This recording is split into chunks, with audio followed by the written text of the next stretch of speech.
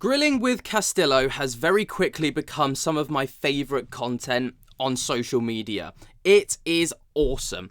So think of chicken shop date or like Hot Ones, but like you've got a guy in it who is basically grilling women in an interview date for content.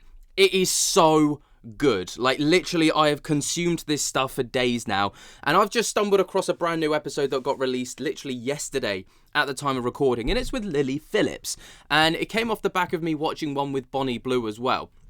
So basically, right, he sat down with both Bonnie Blue about a month ago and now Lily Phillips yesterday and grilled them over a date, and Lily Phillips comes off as someone who is a lot more candid, a lot more chill than Bonnie Blue, who just seems to be like this stoic character, and this persona is just her entire being, whereas Lily Phillips at least has a little bit about her, right? And the interview's actually like quite entertaining to watch. So the video's titled 20,000 bodies is my target, all right? Which actually is quite funny because the Bonnie Blue episode was 10,000 bodies is my target. So you can see where the competition's already starting to come in. They're already starting to kind of one-up each other.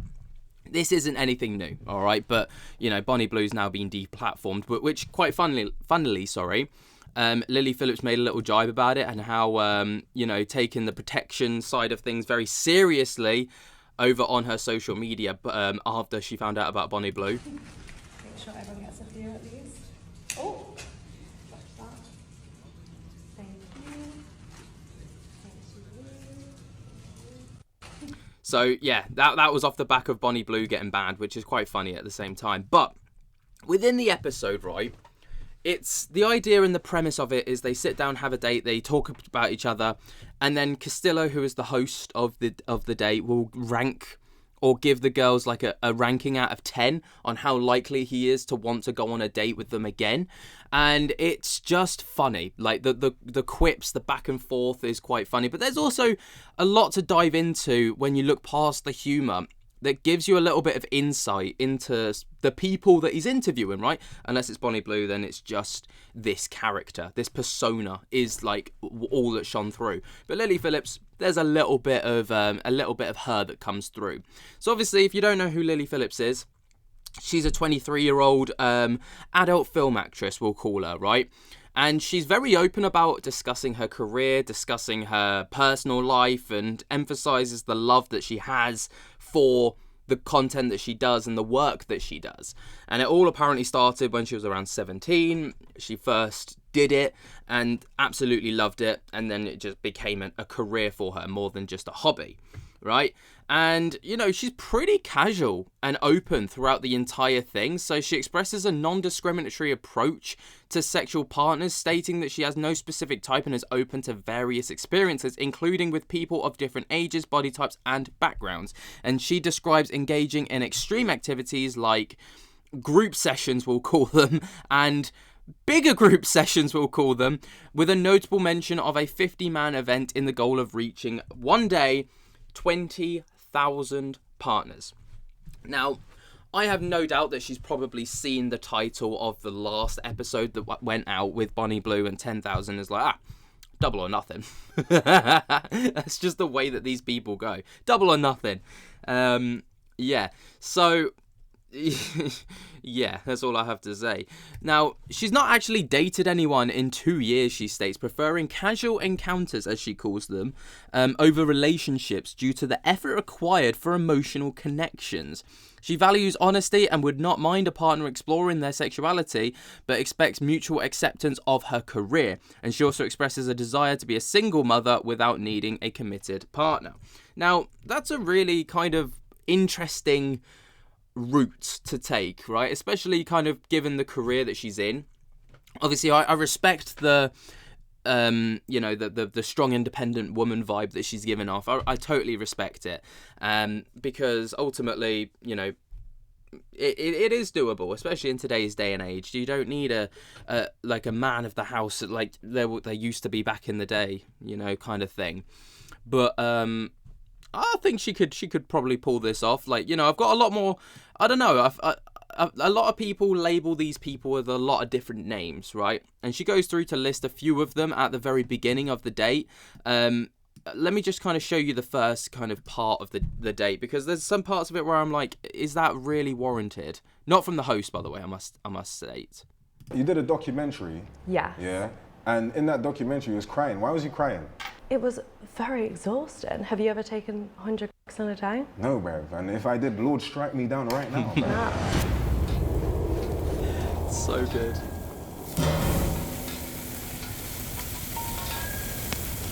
My name is Lillian Phillips, and I believe I'm here to go on a date. This is the first date I've done in like 2 years. I don't think anyone wants to date me. I thought I was coming for a nice sit-down lunch. Never mind a grilling. I like a glass of wine, get drunk, back to his for a shag. Hello. Yo, what? Lovely to meet you. Lovely to meet you too. How are you? You smell nice. Thank you. You're taller than I thought. I appreciate it. Did my arse look big when I walked in? Nah, but still looks good still. Big man thing, first impression is she's actually very, very pretty. Beautiful girl, bruv, I gotta say that. Oh, that's cute. I'm not gonna lie, yeah, you look like a model. Thank you. I appreciate that. Wants to get me in bed. Does people ever tell you that you look like a model? No, I don't really get that. I usually get, you look like a slut. Mad ting, big man ting, we're straight into it like that. I wouldn't use that word, you know. I thought, Oh, really? Yeah, we'd be a bit Sluzzer? more. Slag?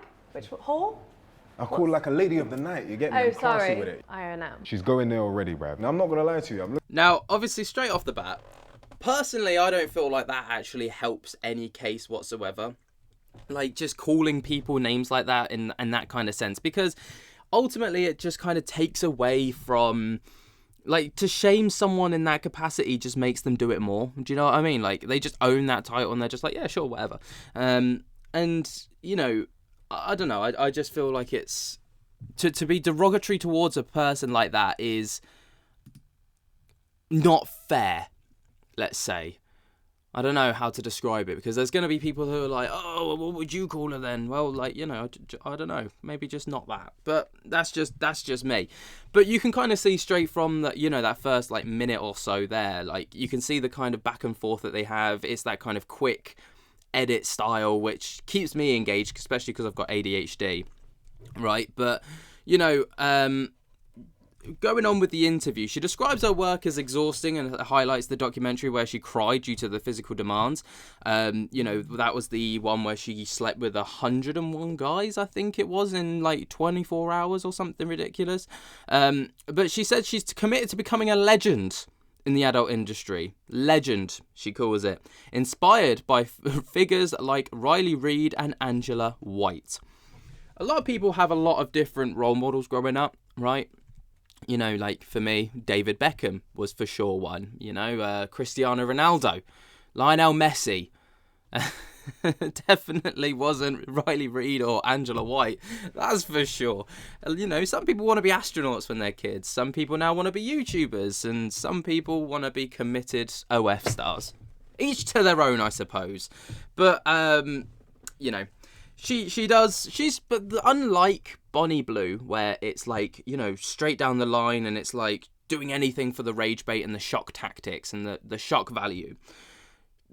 Like, Lily Phillips actually has an understanding of what she does and how that actually impacts her personal life, which is weird to see, because I've like watched a lot of Bonnie Blue not that kind of content, but like interviews, and you become desensitized to that and you just like expect everyone to be like that. But actually, Lily Phillips has a little bit of understanding about how her career actually impacts her personal life.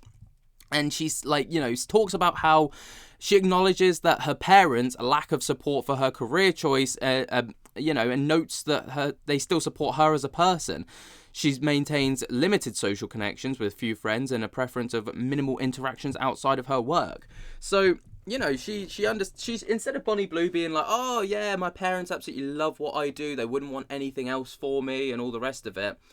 Lily Phillips is like, yeah, my parents don't really approve of what I do, but, you know, they support me as a person, and, you know, you can relate to something like that to a degree. She's more relatable in that sense. It's weird, like, to say that someone like that is relatable, but they are. Like, you know, she's open and honest about it, at least, you know?